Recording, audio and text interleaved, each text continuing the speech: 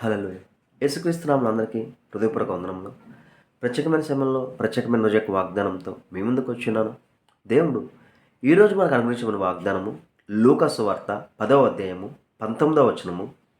శత్రువు బలవంతటి మీదను మీకు అధికారం అనుగ్రహించున్నాను, ఏదియు మీకు ఎంత మాత్రమును హాని చేయదు.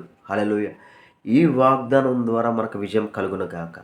ఈ వాగ్దానం ద్వారా మనం ఆశీర్వదించబడును గాక.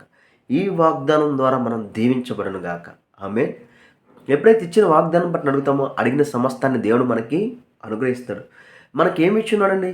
శత్రువు బలవంతుడి మీదన అధికారం అనుగ్రహించున్నాడు.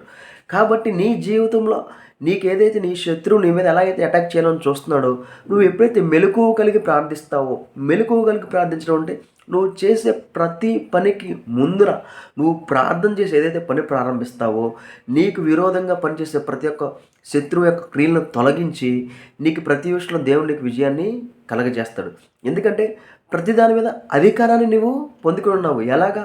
నజరైన యేసుక్రీస్తు ద్వారా నువ్వు ప్రతి ఒక్క అధికారాన్ని నువ్వు పొందుకున్నావు. యేసుక్రీస్తును విశ్వసించుడు ద్వారా ప్రతి ఒక్క దాని మీద నువ్వు అధికారం కలిగి ఉన్నావు. కాబట్టి నీ యొక్క విశ్వాస సామర్థ్యము నీకు విజయాన్ని తీసుకొస్తుంది. నీ విశ్వాసము నీకు అధికారాన్ని కలగజేస్తుంది. కాబట్టి నువ్వు ఏదైతే మెలకువగలిగి ప్రార్థిస్తావో, ప్రార్థించిన ప్రతి ఒక్క దాంట్లో నీకు దేవుడు సహాయాన్ని అందచేస్తాడు. అది ఏ రీతికైనా సరే, నువ్వు చేస్తున్న ఉద్యోగమైనా సరే, ఒకవేళ నీ ఇంట్లో ఎవరికైనా అనారోగ్యం చేత ఇబ్బంది పడుతున్నారేమో, ప్రతి దాని మీద దేవుడు నీకు అధికారం ఇచ్చున్నాడు.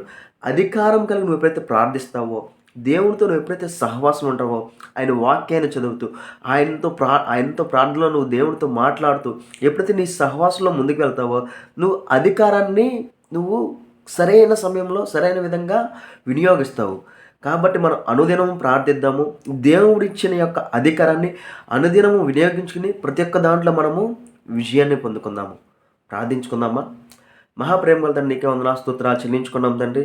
ప్రతి ఒక్కరిని దీవించి ఆశ్రయించిందండి. ప్రతి ఒక్కరికి తండ్రి మీ యొక్క అధికారాన్ని ఇచ్చున్నారు తండ్రి. ప్రతి ఒక్కరి తండ్రి సమస్తాన్ని జయించగలిగే శక్తిని తండ్రి, ధైర్యాన్ని తండ్రి, జ్ఞానాన్ని తండ్రి ప్రతి ఒక్కరిలో పెట్టి ఉన్నారు తండ్రి. నిన్ను విశ్వసించున్నారు తండ్రి. ప్రతి ఒక్కరు అది పొందుకున్నారు దేవా. వీడియో చూస్తున్న ప్రతి ఒక్క తండ్రి ఈ వాగ్దాన ఫలాన్ని అనుభవించునుగా కానీ ప్రవచిస్తాం తండ్రి. అధికారం కలిగితే వారి హృదయంలో దేవుని చేత ప్రార్థిస్తున్నారు తండ్రి. అధికారంగా కలిగితే వారి హృదయంలో ఏదైతే అడుగుతున్నారో తండ్రి, ప్రతి ఒక్క దాంట్లో తండ్రి విజయం కలుగునుగా కానీ ప్రవచిస్తున్నాం దేవా. ప్రతి అప్పు ఐశ్వర్యంగా మారునుగాక, ప్రతి అనారోగ్యం ఆరోగ్యం మారునుగాక. ఏ విషయాల్లో బలహీనంగా ఉన్నారా దేవా, ప్రతి ఒక్క విషయంలో వాళ్ళకి బలాన్ని ప్రవచిస్తున్నాం తండ్రి. అప్పు ఐశ్వర్యంగా మారునుగాక, అనారోగ్యం ఆరోగ్యం మారునుగాక. కావాల్సిన ప్రతి ఒక్కరికి కావాల్సిన ప్రతి ఒక్క సహాయాన్ని అందచేయమని నజరేయుడైన యేసుక్రీస్తు నామములో అడిగి వేడుకొంచున్నాం తండ్రి. ఆమేన్. అందరికీ హృదయపూర్వక వందనములు.